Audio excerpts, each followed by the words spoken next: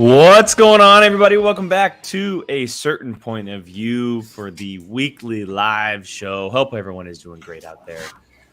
We are one short tonight, but that girl partied hard this weekend.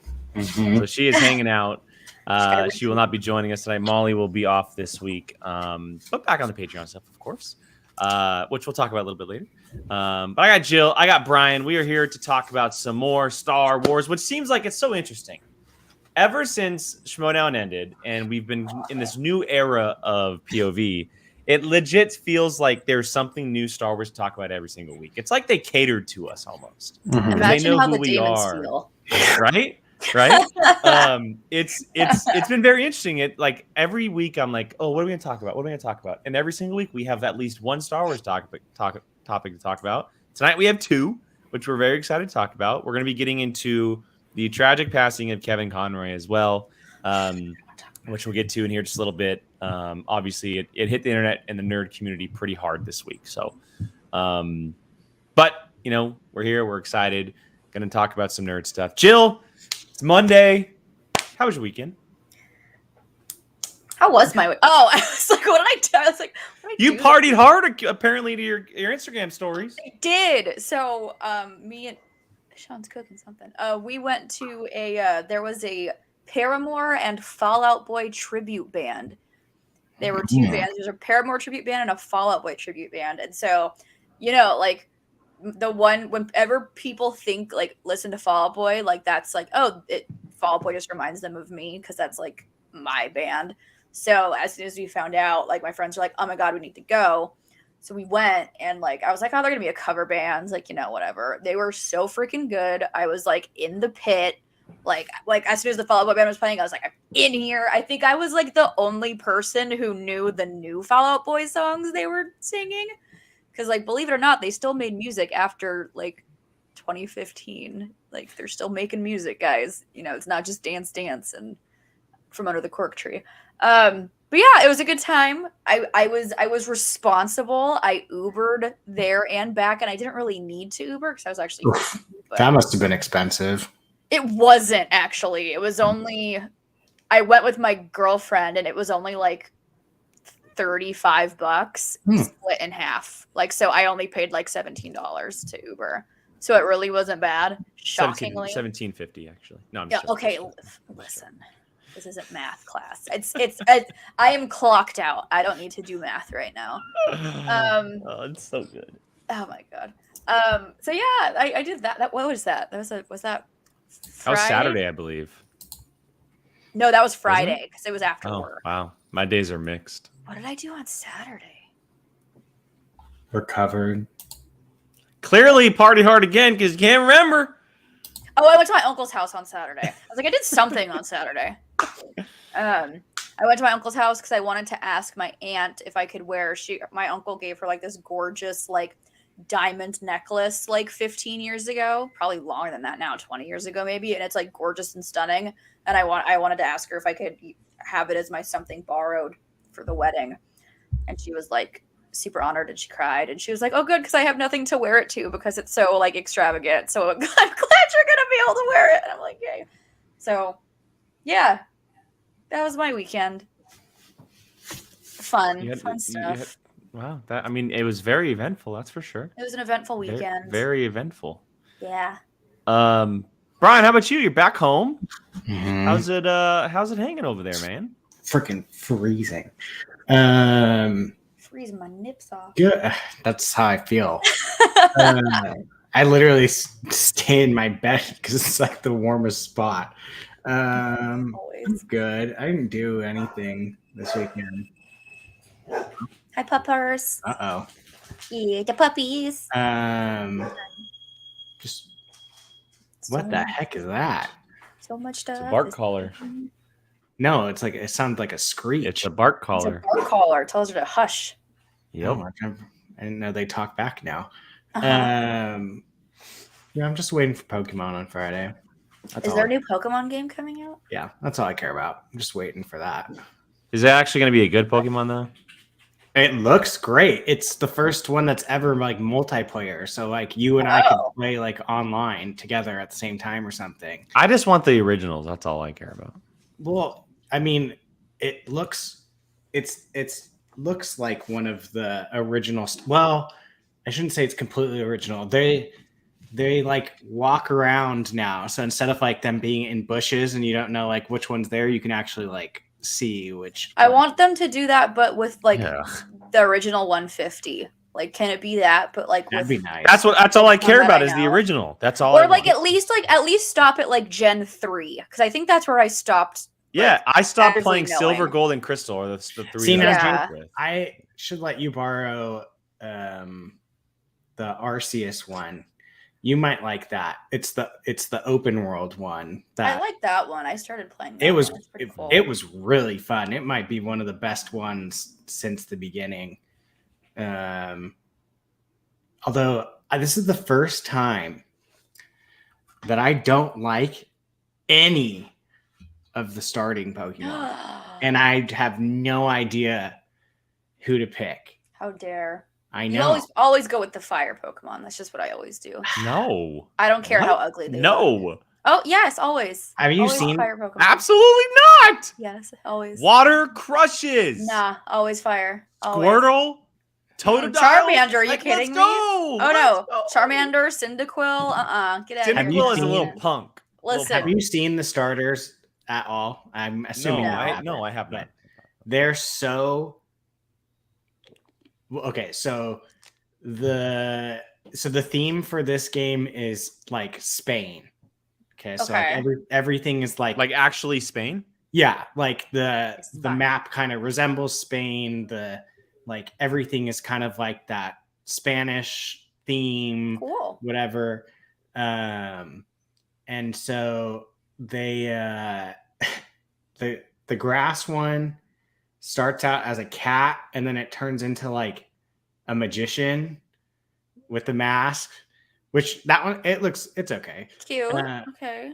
So they're not like they're not water, grass. No, fire? there is. No, I mean Oh, a they lot of are. the times now that they'll start fire, or like they'll start a single one for like the first 2 evolutions, and then the Yeah. third one they'll be like fire fighting or Yeah. like Hmm. water I don't know. I don't Yeah. know. psychic. I don't know what the I don't know. combos are. So the Originals. grass one turns Originals. into a magician. Cute. The fire one's a little baby dinosaur that turns into a bigger dinosaur. A But bit, you don't want the dinosaur? look at it. It literally looks like a clown. It's supposed to be like a Let me singer, see. but it looks like a clown. What's it called? Scarlet? Yeah, Scarlet or Violet. And then the blue one, and I can say this. is Oh, the- the cat went like Sprigatito. yeah, but are you Like, looking that at the one went like I- viral. Yeah, but you have to look at the last evolution. That's how I gauge who I'm picking because it's the last one. I love the dinosaur. He looks so dumb. The water one is the gayest thing I've ever seen in my life. It's a dancer. Oh, it's definitely sassy. So it's a dancer, a Spanish dancer, but when it runs, it like tiptoes with its wings and hands up like it's definitely a sassy bird. it's ridiculous. Okay, though the dinosaur's cool. It looks like a piñata. It's okay. Is Quaxley? No, wait, Quack. I don't know what the final evolution is, but it is the most ridiculous. The cat. Why does the cat look like the magician cat looks like overtly sexual? I mean, there's always one. At least like in this picture. Andy, they're more leaked, but you can if you go on like TikTok and look up I can't get over the water one. It is literally It's very sassy. It's very Okay, so we do have to move on, but I'll show Yeah. this because we have a lot to talk about. You're going to tonight, show so the let me- starters. The starters are No, I won't. oh. No, I'm gonna show them all for you, bud. There you go. Yeah, those aren't them. That's not them. Jake. Oh, what? That's How are those not Articuno. What the bottom right is Articuno, and the top 2 are the Totodile evolution. Well, you would Talking think that about- they would be the right evolutions lined Okay, up to each other. Let me ask this though, Jake. Out of those, the first 3 that you showed are the first stages. Yeah, those are the Which actual one first ones. do you like the best out of the first 3? Hold on. I'm doing you guys one better. He's gonna bring up the OG ones, aren't you? Andy, look up the water type third Jedi. Okay, Oh, that's it. Those are all Similar. still wrong. But the What? Yeah, those are still wrong. But those are Whatever. all the first 3 that you have are the real ones. The other ones are just fan made. So fan-made evolutions?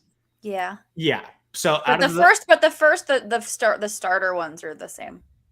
I Yeah, would choose either. Yeah, if I was going solely based off of looks, I love the dinosaur. I would probably do the grassed cat. really? Look at the dinosaur. He's got one. The two- dinosaur would be a close second, and if got I looked into what their capabilities are, then I'd probably do the dinosaur. I wouldn't go. I don't think I'd go near the water one. Look at him. He's doing his best. Okay, with here his I'll show 1, 2. you. I have a couple of them. So here's Make it the quick. yeah. Well, Make it quick. This isn't supposed to be Pokemon talk right now. hey, whatever. It's fun talk. So this is that's the cat. The cat turns into this one. That I can't see anything. What do you mean? It's It's giant. not loading on my The screen. right. Oh, Jake's Wi-Fi is dumb. Oh, It's not see loading it, on my Brian. screen at all. It's literally a blank screen on my screen. I see it, Brian. Oh wait, don't move. Meowscarada? yeah. Whatever it is. Yeah, no, I'm okay. If I'm going based off of Okay, that final level, this it's is- absolutely not. This is the bird turns into this one. It is the most sassy. So sassy. Look, Hmm. it's. I love it. Interesting. And it like I love I it. wish I had a video of it running because it's the funniest thing I've ever seen. And then I forget what the Wait, so the final- game comes out on Friday and they haven't released? Oh, here they They are. don't. That's weird. Yeah, The I don't know why evolutions, they're at least, doing they it don't. this That's year. weird. But If I'm going based off the final evolution, I'm 100% going with There's the the dinosaur. dinosaur. Oh, yeah, I'm going with the dinosaur. I forget what the dinosaur. Fuecoco. Dinosaur. I'm doing the dinosaur if that's the case, 100%. Rawr. Which I mean, I've in all the Pokemon The games that 1, I've 2, Oh, here you played, go, Jake. That's the I've dinosaur. either gone, yeah. If I've Like that. either gone, yeah, it's like a fire crocodile. I have either gone water or fire every time. It's either been Squirtle or Charmander. I've played them all just to play them, but if I were like playing the game legit for the first, second, third time, it's either fire or water every time. I'm And always it's no fire. disrespect to grass, but I just prefer. I have a much more aggressive fighting style when it comes to Pokemon. So I want to f people up. So give me If that it fire. and water. doesn't, if the move doesn't do damage, I don't keep it. See, I'm with And there's good leaf moves, but not for like I'm one of those 20, players. 20 levels or something. I don't know. See, I'm It with lowers Andy. your opponent's defense. Don't need it. I want one that does attack. See, I'm with Andy. There's a new one that's a pig, and his name's Lechonk. Love it. And see, he's just a fat pig. Look at him. Look at him. Well, again, blank screen. So just take it off. Just take it off. Well, it's a fat Um, pig. You can look up the Lechonk. Love him. All right. Well, I'm putting the Pokemon conversation to bed for a little while. Right, We're going to so- talk about some Star Wars. We have a lot to get to tonight. I want to start with, and it's unfortunate that Molly missed tonight's show just because we've been looking forward to Tales of the Jedi talk for so long. Let's talk about these 6 shorts, these 6 animated shorts that were released. Not really shorts, but kind of shorter episodes that were released on Disney Plus 2 weeks ago. It came out this last week, actually, that it's the second most in-demand show on streaming right now, above Andor, which is crazy to think about. But we have these 6 animated shorts. We have 3 on Dooku, 3 on Ahsoka Tano, and yeah, we haven't really talked about them with each other. Not much behind the scenes. Molly has by far done the most conversations in front of people on their shows, obviously. So, Jill, Brian, let's start with you, Jill. What did you think of Tales of the Jedi? Do you have a favorite episode? Before we get into any kind of specifics, what are you thinking? I really enjoyed Tales of the Jedi. Shockingly enough, I enjoyed the Dooku episodes far more than I enjoyed the Ahsoka episodes. For me, I feel like we actually got new information with the Dooku episodes, and Ahsoka, we didn't, other than like where like her lineage and where she came from, we really didn't get anything new in regards to her story. But with Dooku, it was really interesting to see kind of the reason as to why he left the Jedi Order, and you from his experiences, like I'm watching this and I'm going, I don't blame him. You know, like he sees that, you know, he sees the corruption in like these leaders, and that the Jedi really aren't doing anything about it. And like how, you know, and it you really do kind of see that whole aspect. And then on the flip side, you see with him training Qui-Gon, you kind of see where Qui-Gon also kind of gets like that little rebellious streak, because I think I've talked about this before, how Qui-Gon was kind of like the last of like the not like hardcore Jedi. He is the loosest term for a gray Jedi in Star Wars. Yeah, exactly. And you could completely see where he gets that because of who his master was. So I found the Dooku storyline very interesting. And I fell in love with a character that only got like 30 seconds of screen time in the original trilogy in one Yaddle. I think all of us did. I loved the Yaddle episode. I freaking loved the Yaddle episode. I was so bummed that obviously we're not going to see her anymore, but I loved that bit. It was great. I very much enjoyed Tales of the Jedi. Yeah, I know that's the conversation between most people is, oh, what set of episodes did you like more? And I think the majority, or if not like 90% of people, are going to say the Dooku stuff. I agree. I love the Ahsoka stuff, but I thought as far as what Tales of the Jedi should be as like if they continue it, if it's like becomes like a series, it should be focused on people that we've seen very little of. And we've seen Ahsoka throughout time. We're still seeing Ahsoka. Yeah, Ahsoka's like not Clone going Wars, anywhere.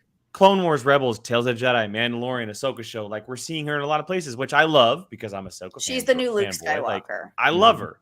But Tales of the Jedi, to me, when I look at it after seeing the Dooku episodes, it feels like it should focus on characters that we've either gotten really little information on or absolutely no information on. Fill in the blanks of these people that we've seen. Like you mentioned, Jill, we saw her for 30 seconds in episode 1. Oh my God, who is this character? Does she talk like Yoda? You know, how long has she been there? And now we have all of this incredible information on her just from like a 12-minute short of her being on this show. Being a badass for 12 minutes. Yeah, and there are hundreds of other characters in the Star Wars galaxy that we've met that you could do episodes on. Like, and Curtis mentioned a perfect one. You could do a Dex short. Dexter Jetster. You can totally do a Dex storyline on Tales of the Jedi. It could be called like Tales of the Galaxy if you wanted to call it that, just to change it from the Jedi to other characters. Shoot, give me the tale of Darth Plagueis the Wise. Like I want to know. Like I want to know. I want to see that story. Like yeah, we get like the brief synopsis, you know, but I want to see. I want to see it. I think that'd be a perfect story to tell for Tales of the Jedi. Quinlan Voss, another one in the chat. Quinlan Voss would be really fun. I'm hoping he steps into live action after Obi-Wan, though. I hope so too. But Brian, what about you? Are you in the same boat? I mean, what was your like immediate reaction on this? Immediate reaction was absolutely loving the Dooku stuff. Ahsoka was good. It didn't really like do anything major for me. It almost kind of felt like it could kind of... You can't tell me that you didn't have a stomach full of emotion knowing that Anakin essentially set her up to succeed against the troopers. Oh, 100%. You can't tell me that. That was like the best part. Yeah. Exactly. You can't tell me though. Like you see her walk out to those clone troopers after watching her train with Rex and everyone, be like, wow, she only survived because of him. That's what I told Sean when that episode ended. I was like, well, I mean, she wouldn't have survived Order 66 without Anakin. Yeah. Wild. I mean, my thought though is like that almost could have even just been put into her little arc in Clone Wars. Like that was my whole thing. And I'm not shitting on it in any ways. I'm just like, I very much liked seeing more from a character and characters that I don't really have much to grasp.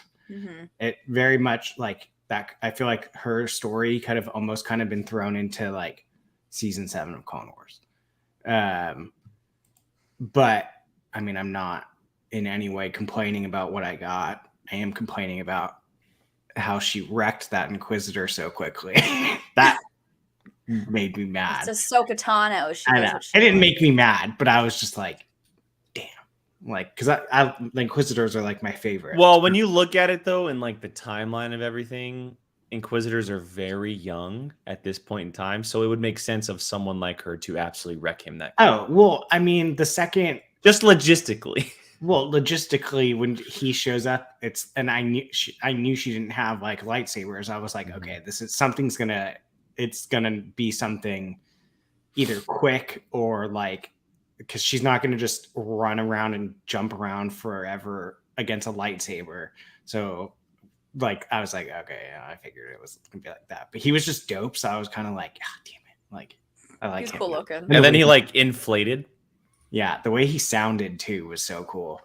But yeah, no, the Dooku stuff was like seeing him change, like getting rid of Camino and like that, those things. I was like I literally went, oh, Yeah, like out loud when they did So let's talk about episode 4. This is the episode that kind of everything like really comes. And obviously there's some good stuff before that, but that's the episode that we're talking about here is episode 4, when we learn of Qui-Gon's death at the beginning. Mm-hmm. And then everything kind of pushes forward of seeing him with Sidious. And then the Yaddle stuff comes into play where she kind of overhears him, follows him. They get in that big fight, obviously. This is the Dooku that we know in episode 2, or like the beginnings of it anyway. And like Brian, like you're mentioning, they're taking these pieces from these movies. Something like how Obi-Wan could never find Camino on the map, right? Mm-hmm. How it was erased from the library. And now they're showing that Dooku is the one who did that all. Like, what a nice, really cool tidbit to kind of connect the dots between everything. And again, going back to basically a setup of Cypher Diaz too, in a way. Yeah, exactly. And going back to what we were talking about, that's what this show should be. That's exactly what this show should be, is taking very small, minute details and expanding them into big, giant episodes like this and implanting them throughout the story. I think, I don't know if you guys agree, but episode 4 is by far the best of the 6. Yeah. Oh yeah. Yeah. It's from start to finish. It's like Star Wars canon nonsense of just like, oh my God, oh my God, oh my God. You're watching, and obviously then you see Yaddle and Dooku fight and how badass they made Yaddle. Jill, if you want to continue on Yaddle for a second, go for it. I love Yaddle. I'm sad we're not going to get more of her. She was awesome. Loved Yaddle. I didn't think I would, but I'm like, oh no. Like when it ended, I was like, oh, so that's why we never see her again.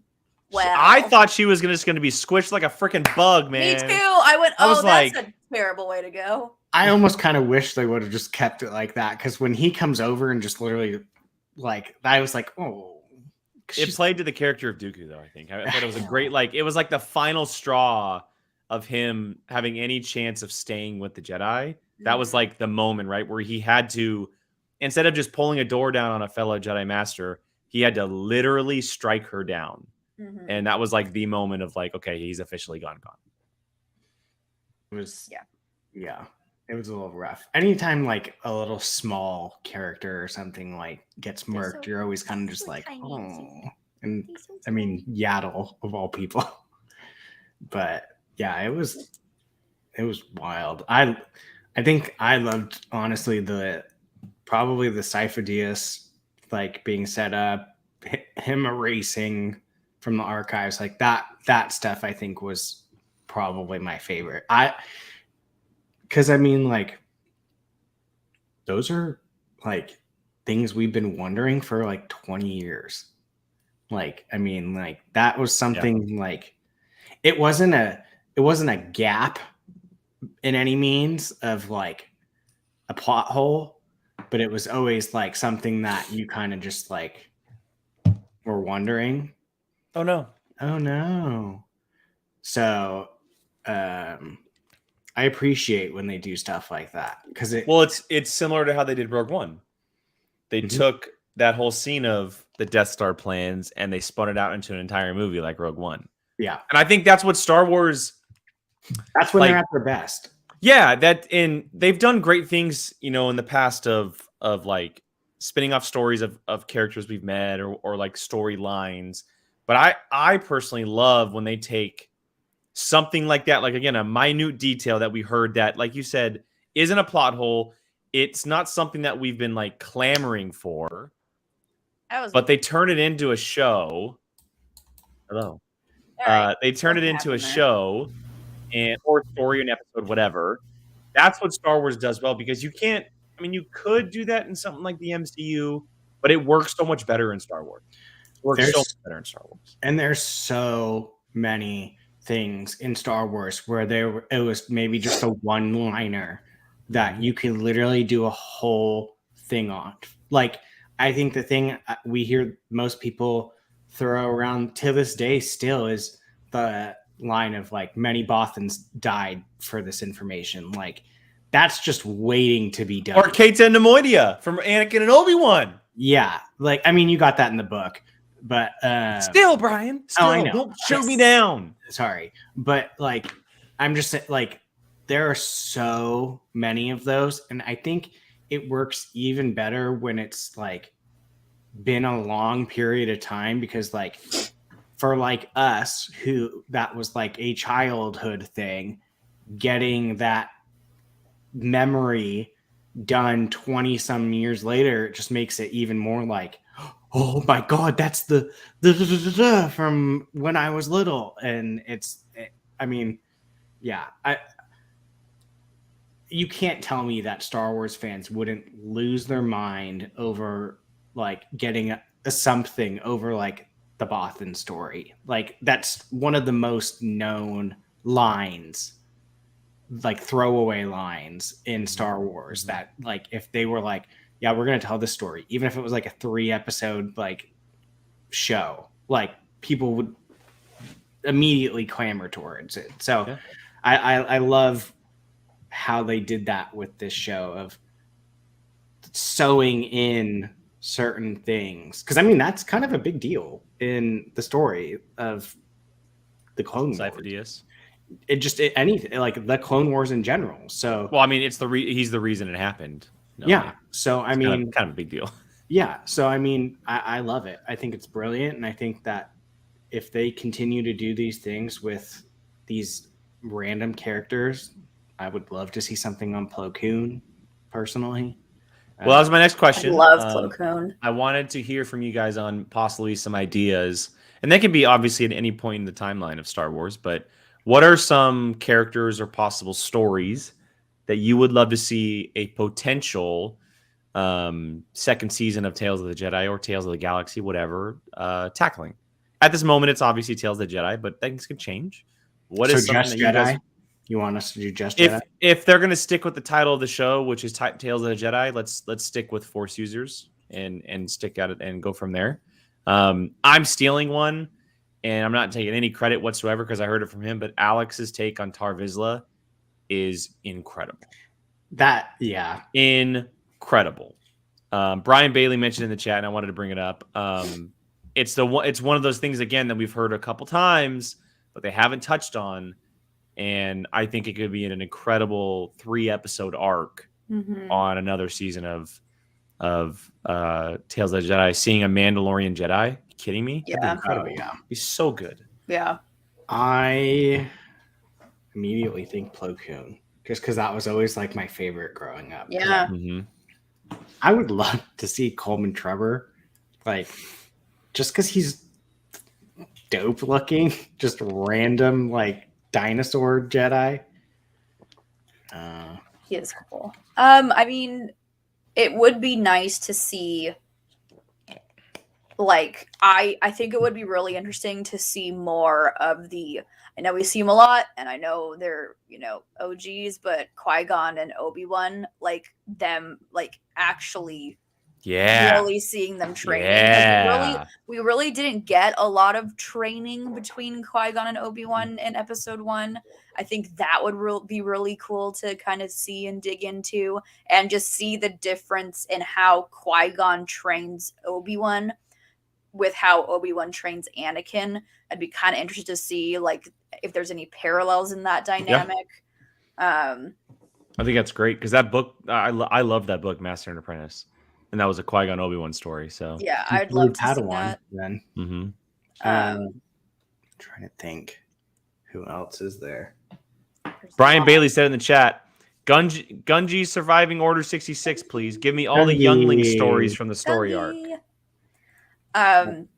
Temple guards, I think. Oh, I would. Oh, the Grand Inquisitor's turn. Yeah, the Grand Inquisitor's turn. I think that would be really freaking cool. Jill, that's a brilliant idea. Seeing him go from Temple Guard to Grand Inquisitor. That's a brilliant idea. I would die for that. I think that would be dope. That's really good. That's really good. Go for that story. Thanks. I did good. Oh my god. I would kill that story. I'm trying to think of other like Force users that I would really be interested in seeing. I mean, there's a lot. There's a lot. I mean, there's so many characters that you can tell from both the light and the dark side. I mean, how about the beginnings of and we kind of saw it, but the beginnings of Darth Maul. He's such a heavily used animated character. Any reason to bring Sam Witwer into the fold? I'm not going to be mad about it. You can do Star Killer. I mean, we haven't met him officially yet, but Star Killer. Make him Disney canon. Yeah, like he was like slightly made canon in Andor, but he hasn't been mentioned yet. Kind of, sorta. So you could totally do something like Star Killer. That would be dope. And we're all talking about like kind of like the Clone Wars era, but I saw someone mention this online. But what if you did, instead of telling this story, which you could tell in a story in a book, what if you told Luke's fall of the temple with Kylo Ren? I was going to say Kylo Ren in Tales of the Jedi. Yeah. Instead of doing like a movie or a live action series, you could do a 3-episode arc on that. You could do similar to what they did with Ahsoka with Kylo. Mm-hmm. You can start with 100%. him as young, like not even really testing out the Force yet, with like him and Leia and Han like growing up, and then him like training at the Jedi Academy with Luke, and then like the third episode could be Snoke kind of like infiltrating and like that whole aspect. Like that would be really cool, I think. And we saw that in the comics. They told that story in the comics, but I think it would be. It's one thing to see it. The mainstream audience hasn't seen it though. Yeah, it's one thing to see it from a page of a book to actually motion on a screen. Like it's a different. And you can even get Adam Driver to come back and voice him. How dope would that be? Would he? No, probably not. But you know, would he? Yeah, but when they would ask, they would reach out and ask. You never know. Never know. I'm literally like looking through like. Luke training Leia. I would really like that. Actually, seeing more than like a 10-second flashback of him training Leia would be really cool. Yeah, I'm like literally looking through like pictures of stuff. We haven't mentioned Kit Fisto. That's always a popular one. Going to be what I was going to say. Or Zach Burkett. Yeah. Kit Fisto would be really cool because he's so unique, right? He's such a unique character and he has such great skill set. Yeah. Compared to a lot of the other characters, and he was wrongfully cut down very easily in episode 3. I mean, a lot of them were. There was 4 that kind of got juked. There's Gordon. I'm surprised it made it this long, but Cal Kestis. Gordon said it. Cal Kestis. I mean, I think they do such a good job telling Cal's story through the video games, though, that I don't think they need to do a Tale of the Jedi for Cal. Would I be mad if they do it? Heck no. I love Cal Kestis. I love. What if you did one on his master? He's a master. Training Cal Kestis. That'd be fun. His master, I would love. And it kind of ends. It ends with Cal escaping to, like, during Order 66, and then we obviously know the story from there. I mean, we do see bits and pieces of that in the game too. Yeah. But you want to be horrible, you could finally give Shaak Ti an actual death, and we've killed her. No. If we're doing a Shaak Ti story, we're not killing her. Give me one of her before she perishes. She's been killed so many times. She's been killed like 3 times. She's such a cool character too. Like, does not need to. She's such a cool character. Okay, I will say this: there are some bad guys, not good 100%. People that are just ripe for the picking if they did it. The one first choice, Brian, go. First draft pick. Well, I have a first round draft pick, but I want to say who I think would be prime. No, it's your first round draft pick. No, because then you're going to end up stealing it like you just. I'm not going to steal it. Though. I don't have a thought right now. I mean, just say it, Brian. I mean, it would obviously be a coin toss between Thrawn or Asajj.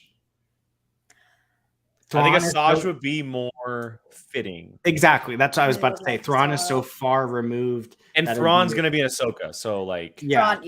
That it would be a little bit more difficult. The person that I think that would be prime for something like this, General Grievous. Mm-hmm. Oh, before we got that incredible... We got the incredible book of Labyrinth of Evil by James Luceno. It was in between episode 2 and 3. It was focused on Obi-Wan and Anakin hunting Grievous. And Grievous is amazing in that book. Amazing. He would be so... it would be such a dope story to do his before turning into basically a robot and like... Or even how he trained in the dark side with Dooku. Yeah, or I mean, if you want to be really dark, how he got all those lightsabers, taking out each one of those people. So like, he's that one almost just makes too much sense to do. Like, he was the first ever Inquisitor. Think of it that way. Essentially, yeah. I mean, he wasn't a Force user, so it'd be interesting to see him train and stuff. So I think Grievous would be an interesting one to see on screen. Yeah. If I could name, I've always wanted this person to be in canon, and I know she never will be. But if there's a way we can kind of completely rewrite her story and introduce her, say it, Mara Jade. Yup, make it happen. Give me Mara Jade is a character that I don't think I will ever forgive Disney for not making canon, because they suck. And especially now that they're making so many prominent female characters in Star Wars, whether they're good guys or bad guys, there's been so many prominent female characters in the new age of Star Wars. I think now is the perfect time to introduce Mara Jade. Retcon her story for all I care. She can not end up with Luke. She can just be a friend of Luke's at the end of it. There's probably a way they could do maybe some kind of a romance. I do think that they still could do Mara and Luke. It would have to be heavily, heavily changed. They wouldn't have kids. But no, and remember, there's still 30 years between those two movies. Yeah. Right? Would you be okay with them completely changing her? I don't think that they would have to 100% change, but it would be a heavy change, and I would be okay with it just to see the character. The biggest change would be her relationship with Luke, I think. Jill, do you have a fan casting for her? Because I do. Who's your fan casting? Karen Gillan. You're welcome. Yeah, wait, Jill. Wait, Jill, here's your prequel. Here's your actors to play the two characters. Okay. You have Karen Gillan as Mara Jade. You have Sebastian Stan as Luke Skywalker. Make it happen, Disney! I mean, Karen Gillan with a purple lightsaber would be dope. Oh! Right? Sign me up. George could suck it, Andy. Give me Mara Jade. Yeah, George's not a part of it anymore. So now George doesn't matter anymore. Come on, Disney. Give me Mara Jade. I'd be interested. What would you? I would love Mara Jade. Love Mara Jade. How would you feel if she showed up? Completely different story in Rey's world, post episode 9. Is it a similar story where she was involved with the Sith and then now isn't? Is it still kind of that sort of storyline, or is she just a completely new character by the name of Mara Jade? She'd more than likely be that, I would say, because there's no real Sith at that time. That's why I personally, she could have been one of the people in the robes in episode 9 in the arena. So what I kind of and this is just a very, very brief off the top of my head idea, but you could do something that because we know that between the books and comics that Vader and Palpatine had a very, very broken relationship. It was not a great relationship. You could do something to where when the Empire fell in What if she's episode the reason that 6. Palpatine's alive? That, but like maybe she was a secret apprentice going around the universe or galaxy, and when the Empire fell, she had nowhere to go. And then she's found, and you kind of pick up with her then. Like maybe Luke finds her or something. Like there are ideas or ways that you can go around her story by still connecting her with Luke. Yeah. You can still do that easily. I just want Gordon, you're correct. She was known as the Emperor's Hand. the Emperor's Hand. But that was in Legends. You couldn't do that now just because of the way the story is set out. So it would have to be heavily changed. Yeah, they'd have to definitely retcon have a lot. to be changed. Yeah. All right. Well, I'm sure this won't be the last time we talk about this. No. Wait, who was you guys' bad guys? Well, Mara Jade. Mara Jade. Okay. Bad I want like Bosk, or I want Bounty Hunters. Bosk could be cool. I want.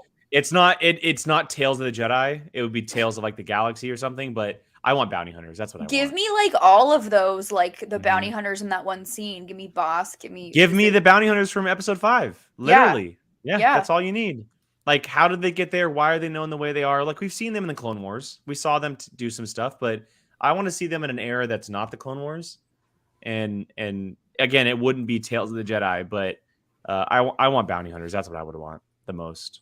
So cool. I need more Night Sisters. Anything Night Sisters, I'm down with too.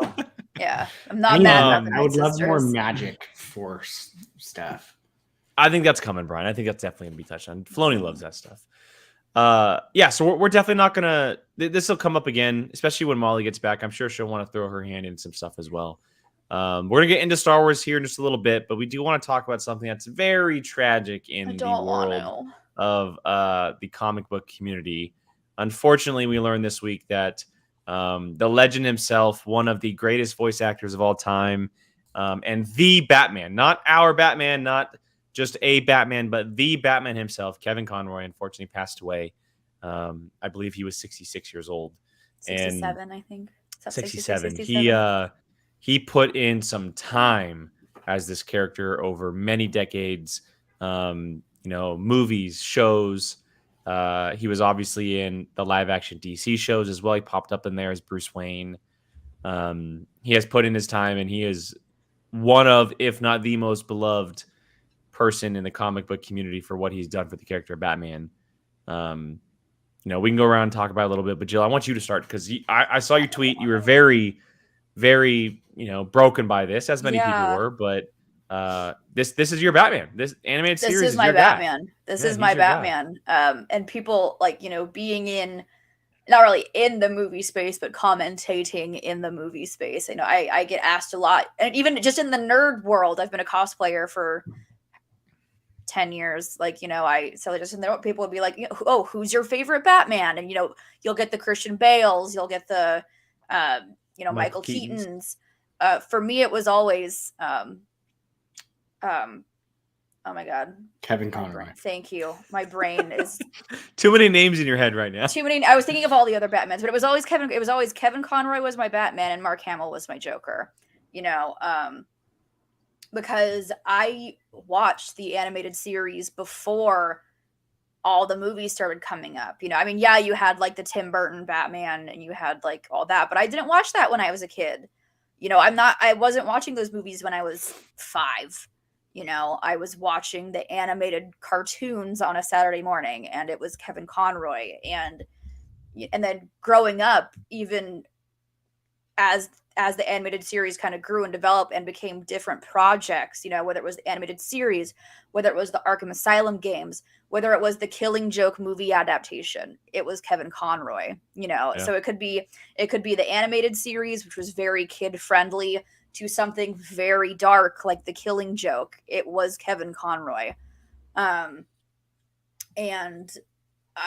I met him at a con once, and he was just one of the most nice, genuine people.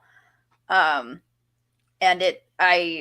when I saw it on Twitter that day, like, I don't think I had that kind of like gut reaction to a celebrity death since like Robin Williams.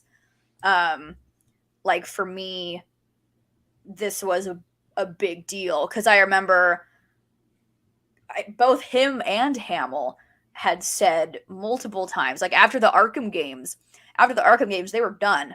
You know, they weren't going to be doing Batman and Joker anymore. That was it. That was going to be like their final curtain call. And then,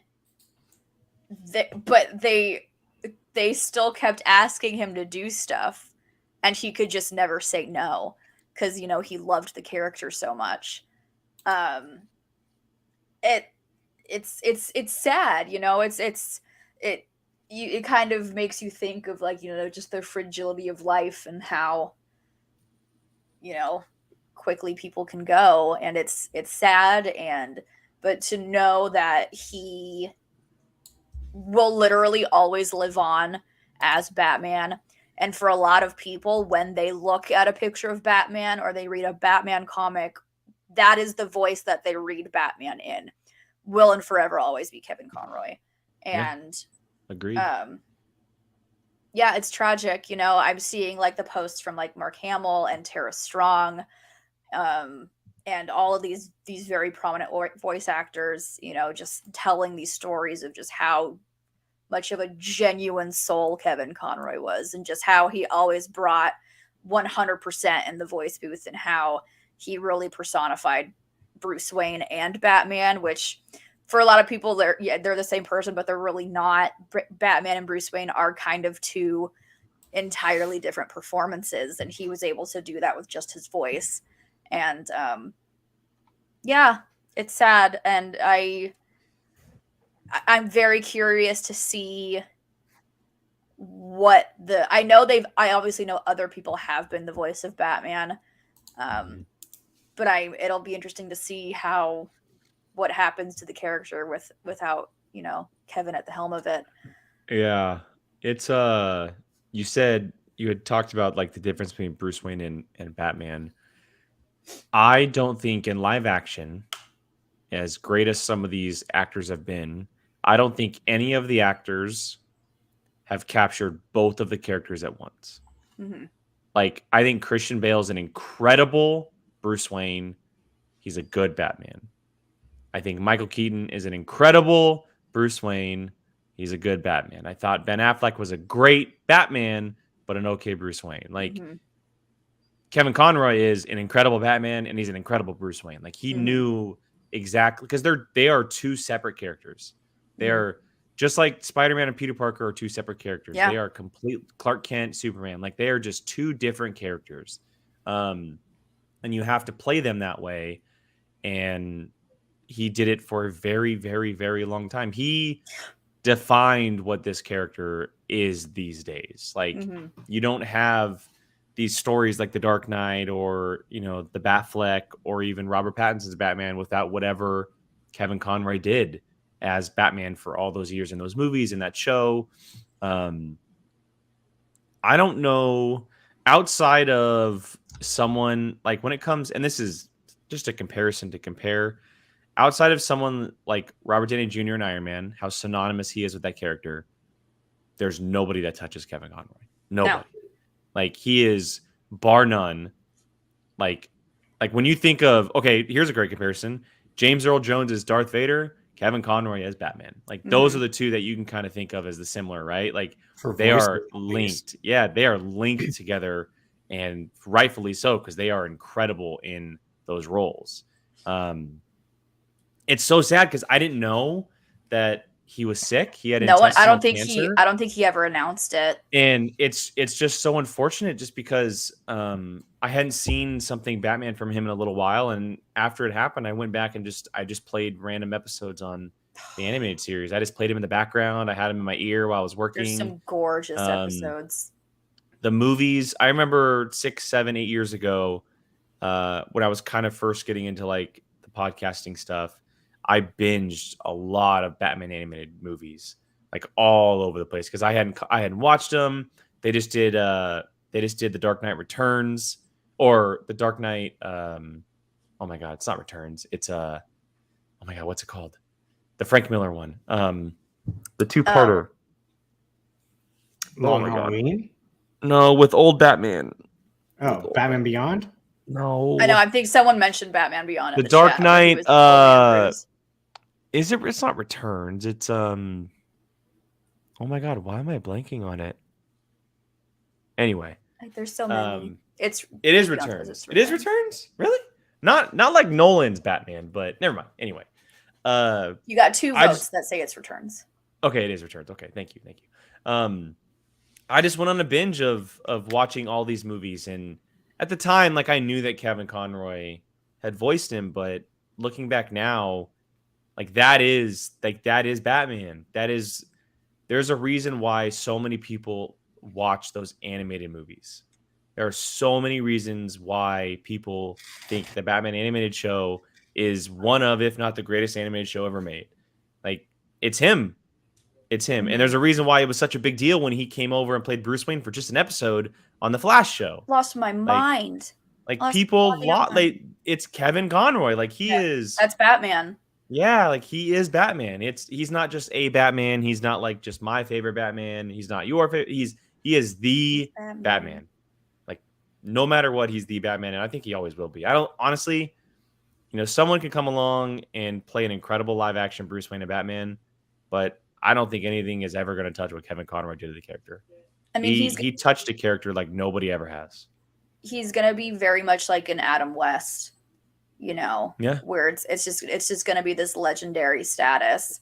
And while Adam West will always hold the mantle as the original Batman, I think Kevin Conroy is going to be, like you said, is going to be the Batman in people's hearts. And his gravestone should say, "I am the Batman. I am the Batman. I am the Knight. I am the Knight." Yeah. I am vengeance. I am the Knight. He should just say it all. Yeah, put it on a tombstone. I need to go watch like Mask the Phantasm. And for anyone who hasn't watched the animated series, the Mr. Freeze story arc is one of the most gorgeous anything animated ever. Like, the story is heartbreaking and it's tragic and it's gorgeous. I highly recommend checking out the Mr. Freeze story arc of Batman the Animated Series. And there's so much because it was Batman the Animated Series, and then it like Batman the Animated Series had a revival and it looked all new and different, and then it was Batman Beyond, and you got old man Bruce Wayne who was training like the new Batman. And then it was fun to also get Return of Mark Hamill and Batman Beyond with the whole Return of the Joker story. And then so you got Hamill and Conroy again. Then you got him again for Killing Joke. And I have like about 3 copies of the Killing Joke behind me. Killing Joke is my favorite comic of all time. So when they said, after the Arkham games that they were done, they were retiring, that this was it. As soon as they announced Killing Joke and that they were coming back for it, I bought tickets for the one night it was going to be in theaters when they were showing it. I was like, I'm going to be there. And I was. And it was, I don't care what anyone says about the Killing Joke movie. I loved it. Even the Batgirl bits, I didn't care. I was happy. I loved the movie. I'm very curious because a couple months ago, or maybe even longer, that new Batman animated series, Batman Caped Crusader, was canceled. And I don't know if Kevin Conroy was supposed to be in that. But when it got canceled, Twitter went up in uprising because they were like, Warner Brothers, what are you doing? You're stupid, etc., etc. But if he was involved, I think he was, because a lot of the voice actors who were the original voices for those characters that were going to be in that show, what was it called? Retweeted it. Batman Caped Crusader. Yeah, they retweeted the teaser thing for it, like the teaser image, and people were saying what could have been, like, so I think he was supposed to. I mean, I don't know if it's connected, but it might have been. Maybe they canceled it because they weren't going to have Kevin Conroy. Like, what if he's been sick for? I mean, it may not have been. It may not have been a thing. It may not have been a thing, but like, maybe that is reason, and they didn't want to go forward without him. Like, there is a chance that's the case. It could be. But yeah, I don't know. Sad. It's very sad. Brian, what about you, man? You haven't said much. Well, I don't have that as I didn't grow up watching the shows, but I mean, like, How dare you? No, I'm just joking. He You is. should check it out, Brian, if you haven't. You would actually, Brian. You'd probably really like it. You dig it. I The mean, last time I told you about an animated show was Rebels, and look how much you love that. Yeah, I mean, I've watched episodes here and there, but I was never like a religious of watch it every Saturday or whatever. You should get Brian's reactions to Batman the Animated Series on the Patreon. That would be so You have fun. thrown like 19 different. Stop shows Smallville. at Stop Smallville, and let's do Batman. Brian, can I watch Smallville. Batman? I haven't with watched an you? episode of Smallville since Celebration. Yeah, you don't care about Smallville as much as you would probably care about Batman the Animated Brian, Series. can I watch Batman with you? Sure. Let's watch Batman. Maybe we'll do that. But I mean, like, yeah, I mean, any voice thing is more than likely him. That outside of the live action movies, so like, obviously, yeah, I need. Not why did I say need? I grew up probably hearing his voice more than anyone else. So yeah, like, I mean, it's very sad. I'm not as like, what's the word? I'm not as like invested in his like Batman as friends that I have that like that is their celebrity of like their dreams. So like it's horrible seeing like those type of people lose their voice, their Batman. I mean, but yeah, video games and stuff is probably is where I've encountered his voice more than any other spot, because I played all those Batman. If there was a Batman video game, I played it. So you played all the Arkham ones. Oh yeah, like I mean, that's the best. That's the best Batman. Is the 100%. Batman. Like best I mean, Batman. If there's ever been a superhero game, I've probably played it. So like, I mean, but you haven't played the Wolverine game. There's a Wolverine game. I think there was a Wolverine game. Original garbage? Xbox. It was on. No, it was absolutely incredible. Oh, it was amazing. Okay. my exposure to him is probably more through video games than the TV stuff. Yeah. But I mean, I've seen an animated, but like a couple of them, and they're always great. So it is very sad to know. Yeah, it's. I'm looking through the Batman movies, and seeing like who voiced Batman where. They obviously have other people who play Batman here and there, like Bruce Greenwood played him in Under the Red Hood, and some other characters here and there. Jill, I imagine your favorite is probably Mask of the Phantasm, right? I mean, I love Mask of the Phantasm, but like I said, my favorite story of Batman is the Arkham Asylum games. I love. Have you ever played them, Jake? I love that Batman. I teeter with them. I personally can't get into like the open worldness of games in a way. That's the best part of games. It's just not for me.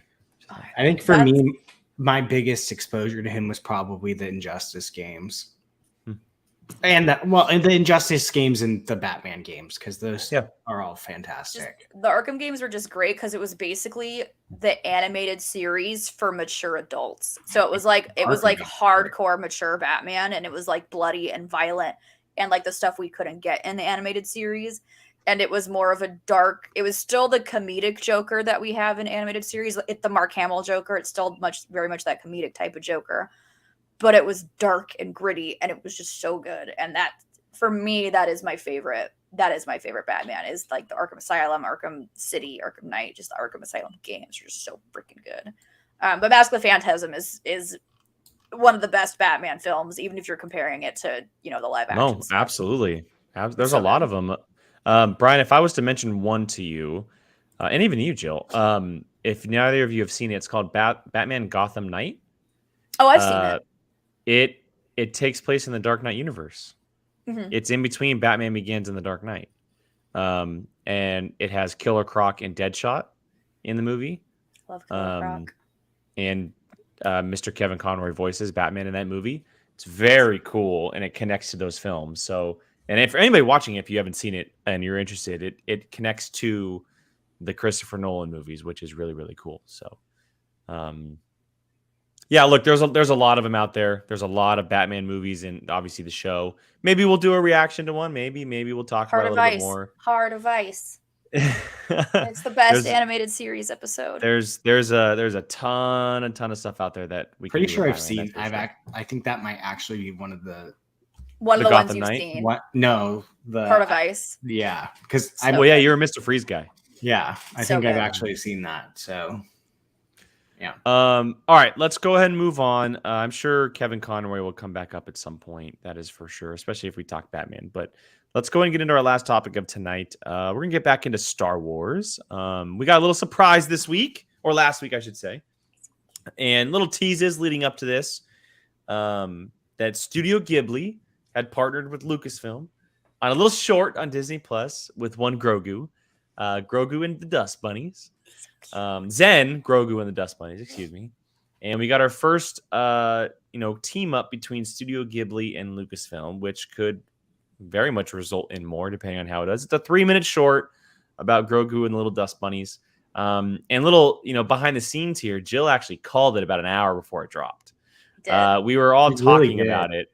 We were all talking about it, and we can show the screenshot. So she legit sent us a picture of Dust Bunnies and said, "What if it's this?" Well, And I we're said, like, I said, "Oh." what if it's Totoro? Or maybe it'll be these guys. And I was like, what about the little things that are cute and Mhm. small? But Called no, it. look, this is usually we wouldn't talk about a little 3-minute thing, but this is a big deal because it's Studio Ghibli. Like they make some of the best, not just anime films, but films in Animated, general. yeah. Yeah, like they are just incredible at storytelling. And if they are in talks or have an open conversation with Lucasfilm about telling stories, we could get a lot more just not just shorts, but maybe movies.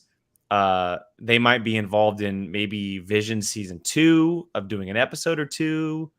There's a lot of possibilities here, but let's start with the Grogu short. And then we can kind of, filter into maybe things that we would like to see. Jill, I'll go back to you again. What did you think about Grogu and the Dust Bunnies? When I watched it, was 2:00 in the morning, and I was bundled. It was right after I came back home from that concert. I was bundled in a big old blanket.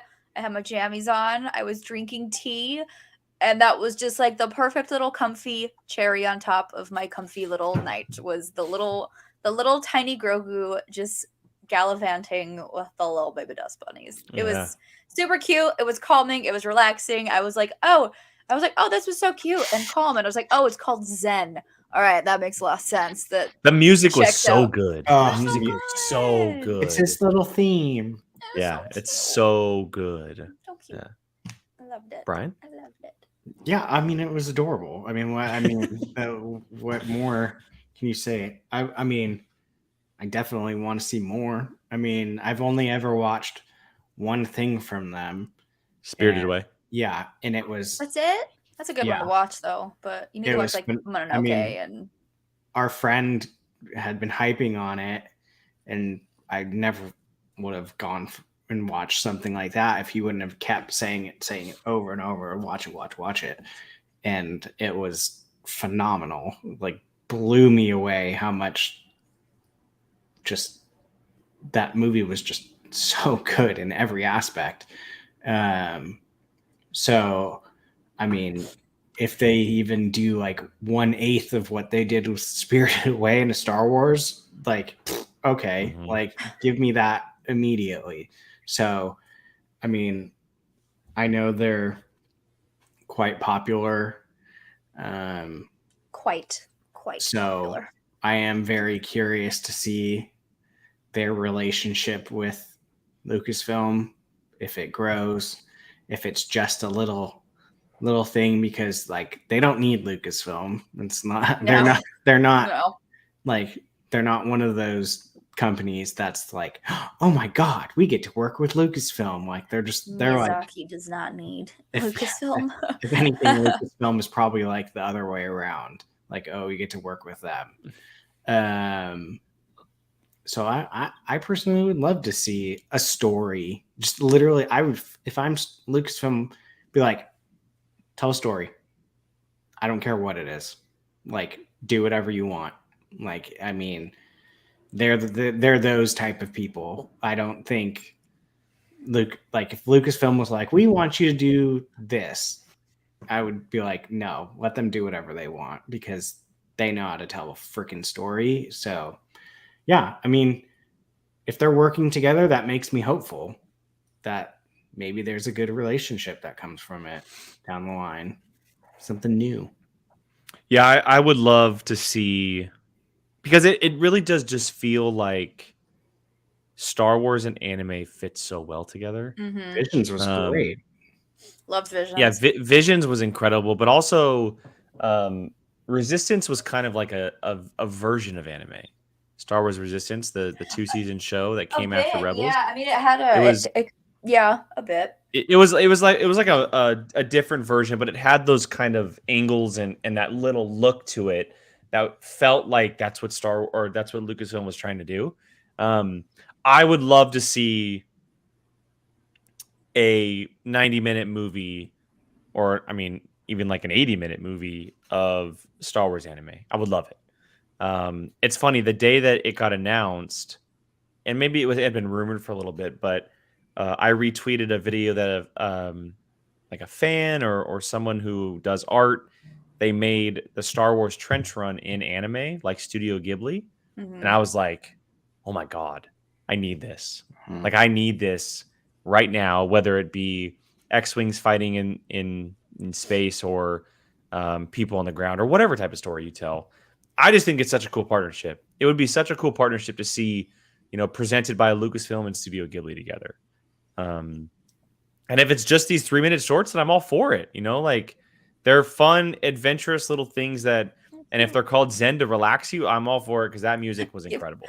Give me something that I can put on repeat and I can just have on, to what are those? What are those? What if it was presented by Lucasfilm and Studio Ghibli, Star Wars Lo-Fi? It was just Lo-Fi on Disney Plus. I mean, I already listened to Star Wars Lo-Fi on YouTube. Yeah. Quick side note: did you guys know that Disney Plus has a part on the platform that is essentially like, so you know how people put like a fireplace on their TV? It makes it look like a fireplace. They have Arendelle, yeah.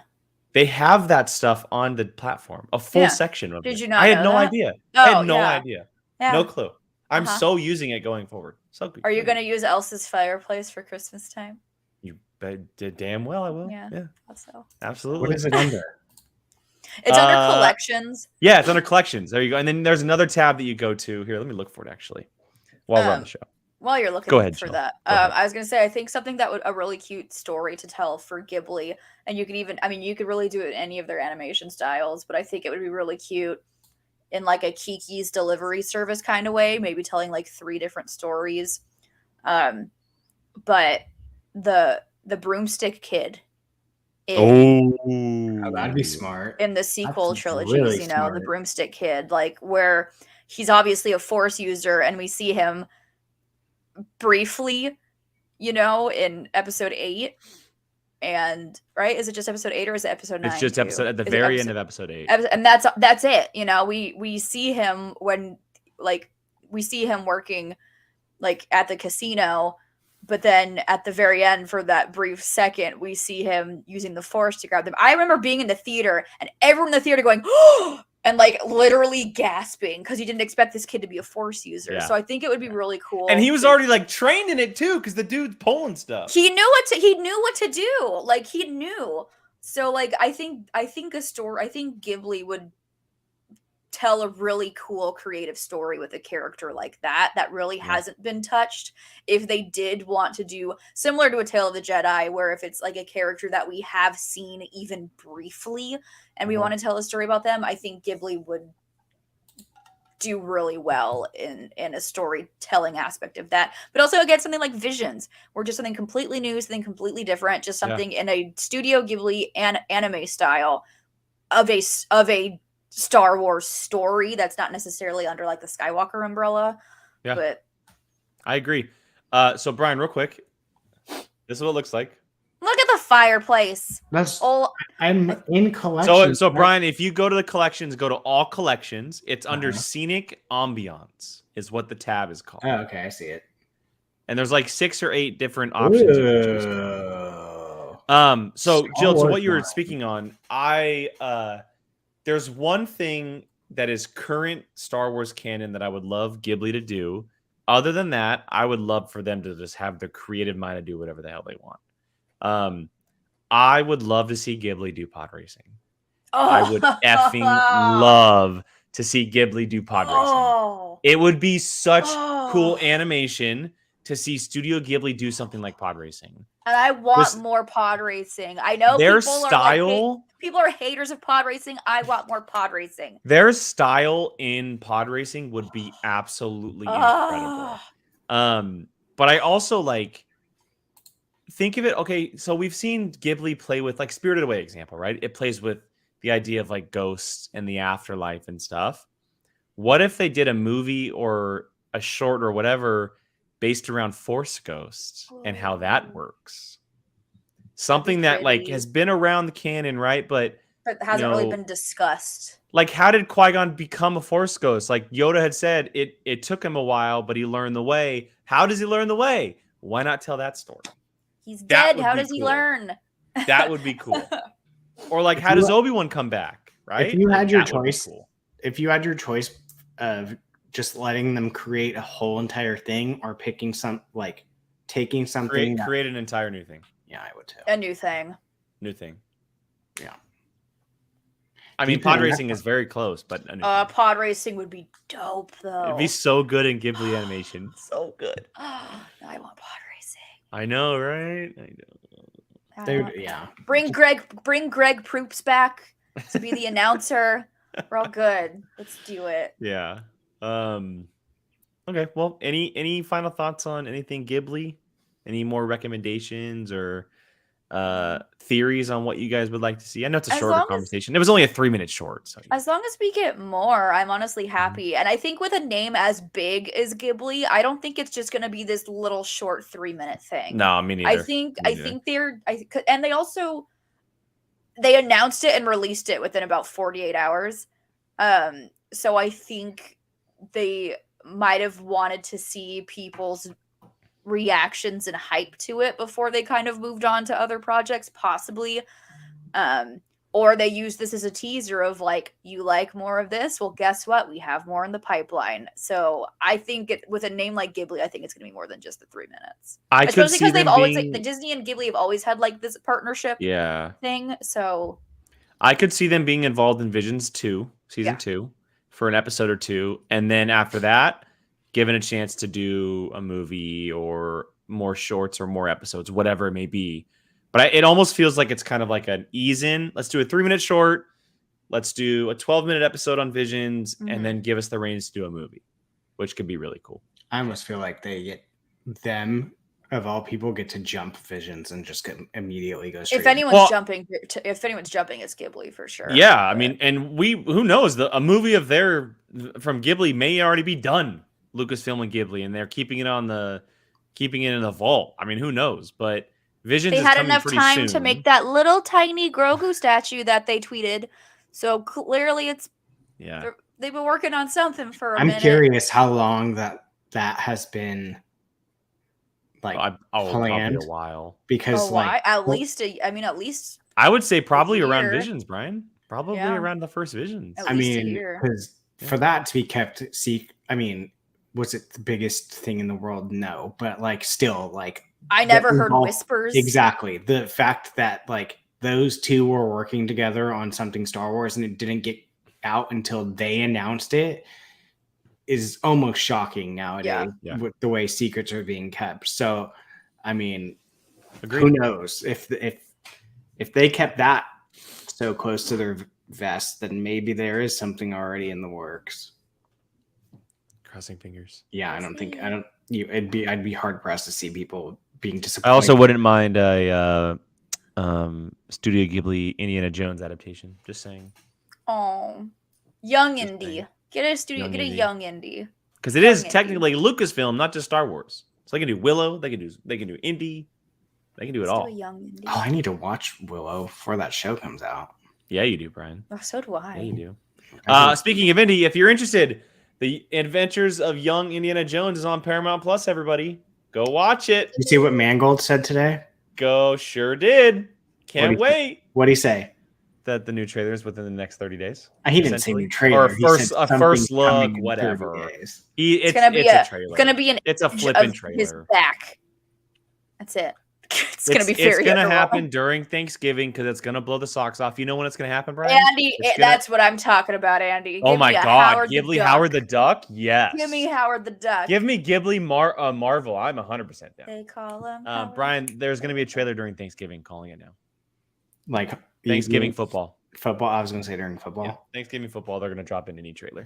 Probably. All right, everybody. And we'll be gone. And we'll be gone. We hope everyone enjoyed tonight's show. It was fun. Obviously, we had little sad news in there as well. But go watch Batman. Go watch Batman the animated series. Go watch Batman movies. Go check out Kevin Conroy's work if you have not before. And yeah, of course, let us know your thoughts on everything Star Wars that we talked about tonight. Tales of the Jedi. Oh, you sent a Streamlab. Oh, D-Train. Thank you so much. Thanks, D-Train. Yeah, we're not very good at checking that. So if you ever do that, just let us know. We read the chat pretty well, but sometimes we get so distracted we don't realize that we still have a Streamlab. Well, that's because I have to log into multiple Streamlabs. Wow. So I don't get notifications if I'm not logged into it. So popular. So I should honestly just keep one of our Streamlabs open if I'm being honest, though. Let's see. D-Train, Daniel. Since Phase 4 of MCU is done, what did y'all think of it? What was its pros and cons for you? There were a couple misses for me, but I think it was a solid phase. Hopefully, Phase 5 will be a lot better. I will say this up top. Not all of us have seen Black Panther Wakanda Forever, which is why we have not talked about it. I still haven't seen Thor. Yeah, so... I'm sorry, I said it in the chat, but more than likely, you won't see like a live review or breakdown of it, but there's a chance that we'll get together, like maybe Brian and I, or if Molly has seen it, because Jill's already behind already, so I don't know if she'll get to it. I'll get to it. Eventually. I mean, you don't have to see Thor to watch this one. Yeah, I know. I can watch. But maybe, I can literally turn Thor on as soon as I turn my laptop. We might just like record a review and put that up on the channel. If not, then maybe something on our Patreon. But we'll definitely talk about Black Panther. If you want to talk about more Black Panther tomorrow, Brian and I are doing a full blown review on Wakanda Forever on our other channel, Apocalypse Movies. It's the entire episode is dedicated to that movie, but. Let's talk about Phase 4 real quick. So it's everything from WandaVision until now, the last 2 years of Marvel. It's more TV than movies because we only really got Shang-Chi and... Well, so we got Black Widow, Doctor Strange, Shang-Chi, Spider-Man, this, Eternals, Thor. I like. There was probably about 6+ movies, and there was about 6. It's probably about dead even. But just quick thoughts on the phase, the new direction after Endgame, and obviously Jill, with you not being able to see Thor, Black Panther yet, what did you think of Phase 4? I mean, I enjoyed it. I enjoyed Phase 4. It's you kind of have to reset your brain into the fact that it's kind of jumping in the same aspect of like Phase 1 where everything isn't going to be connected right away. It's all going to be spaced out. So people are like, I know there's a lot of people that are like, oh, I don't like it because it's like they're not all interconnected. They're not supposed to yet. It's going to be a buildup like it was for the first Phase 1, Phase 2, Phase 3. It's going to be a buildup. They're going to introduce the characters, and then they're going to have a big coming together moment, and save the day like they always do. I enjoyed it. I loved Shang-Chi. I loved WandaVision. I loved all the television, the Disney Plus stuff that we got from Marvel. I loved She-Hulk. I freaking adored She-Hulk.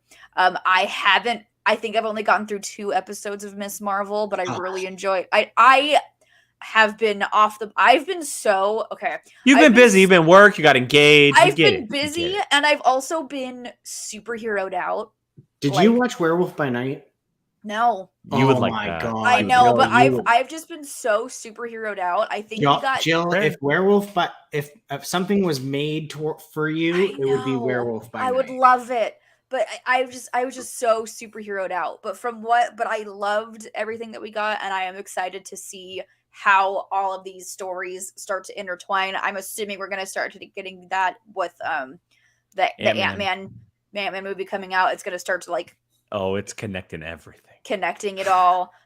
So That's the big movie that's gonna get everyone back Yeah. on board. That is Yeah. gonna get everyone back on board. So I enjoyed what we got. The phase definitely had its ups and downs. You know, there were things that I didn't like as much. I don't think I hated anything. I didn't hate anything or like heavily dislike anything, but I think that there were things that I didn't like as much compared to others. But like Jill said, I think what people are a lot of people are not keeping in mind is that you have to look at that as almost a brand new phase and a brand new, like everything is restarting. It's all like, of course there's characters that we know, but the whole story is restarting. So you can't look at it. People are comparing phase 4 to like phase 3. Can't. And you can't do that. You can't. You just can't do that. So I'm very excited for what's coming next, but I also very much enjoyed what we just got. I would say that the shows were a little stronger than the movies, but I don't disagree. I pretty much liked the majority, if not everything, to an extent. So I like everything. Yeah, Brian does like everything. Brian's happy to get Marvel. I'll pick anything, man. Here's my money. Just take it. Like that's where I am. Yeah, I mean the movies were very roller coaster this year or this phase, but there's nothing that I'm like, this is the biggest piece of dog crap I've ever seen. Like no, like I mean, you didn't care for Doctor Strange, and you still jumped out of your seat twice. I love Doctor Strange. Put it that way. Yeah,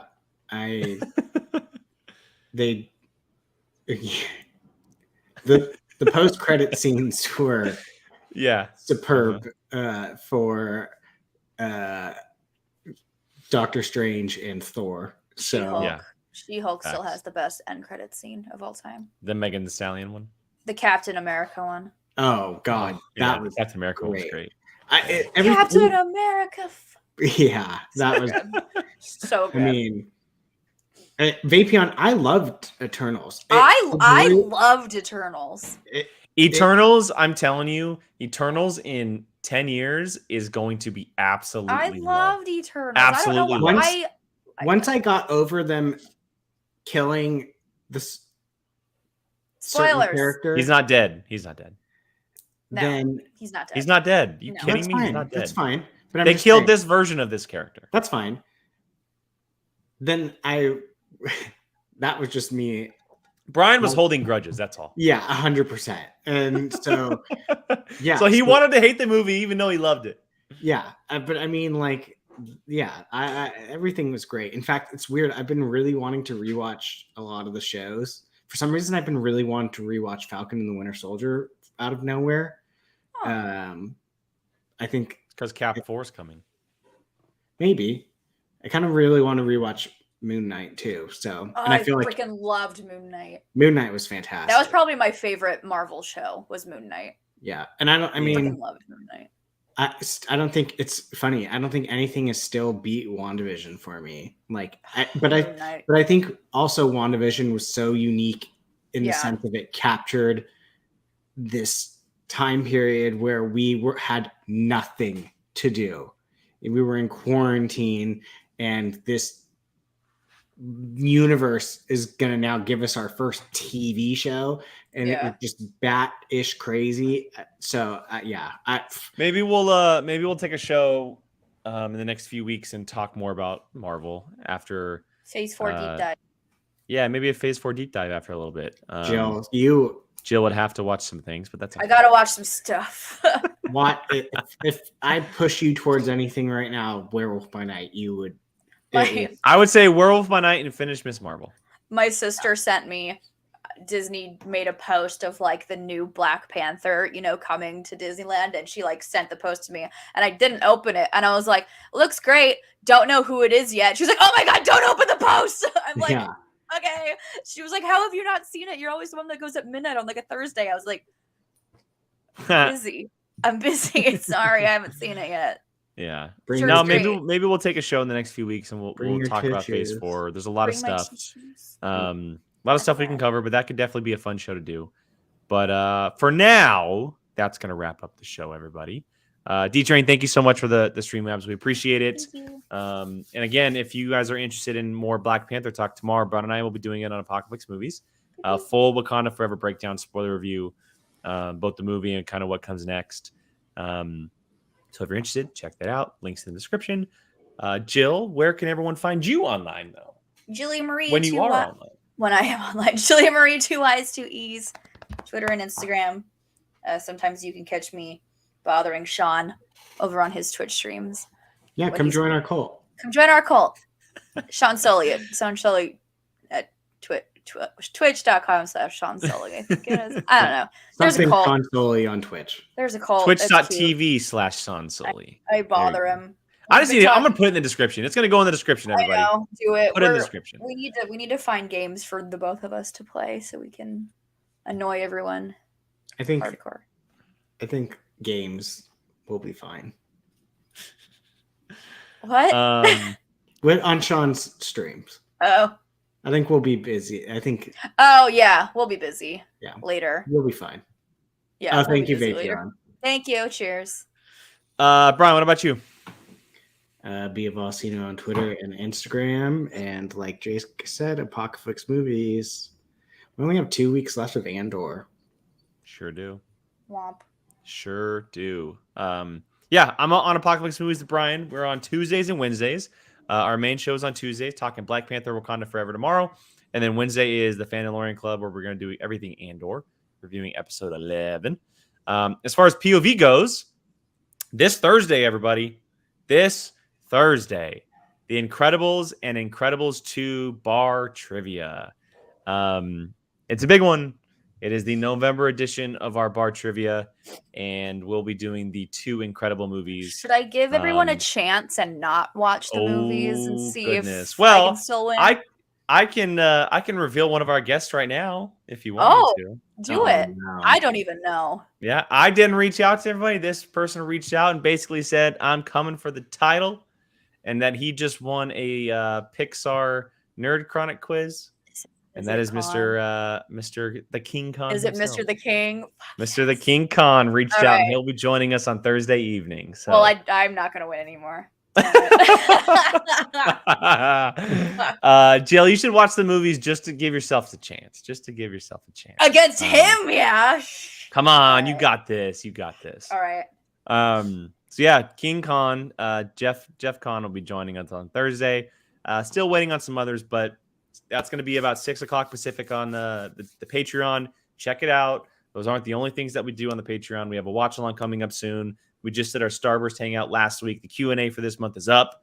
A lot of cool things happening. We would love for you guys to join us. So go ahead and check that out. It's patreon.com/viewcrew. Patreon.com/viewcrew. So, and then check us out on TikTok. Check us out on TikTok. We are out there. It's Certain POV Crew on TikTok. That is also on Twitter. Yeah, thank you guys for joining us. We appreciate it. Everyone in the chat. We love you guys. Have a great rest of your week. Patrons, we'll catch you guys on Thursday. And everybody else, we'll catch you guys next week. Bye, guys. Bye.